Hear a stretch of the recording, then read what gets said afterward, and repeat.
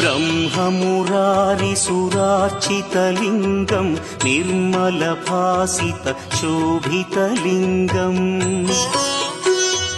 जन्मज दुःखविनाशकलिङ्गं तत्प्रणमामि सदा शिवलिङ्गम्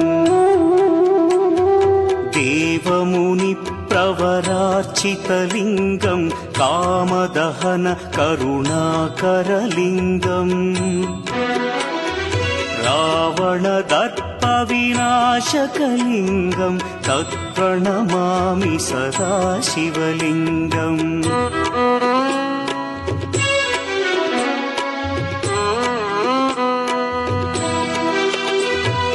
सर्वसुगन्धसुलेपितलिङ्गं बुद्धिविवर्धनकारणलिङ्गं सिद्धसुरा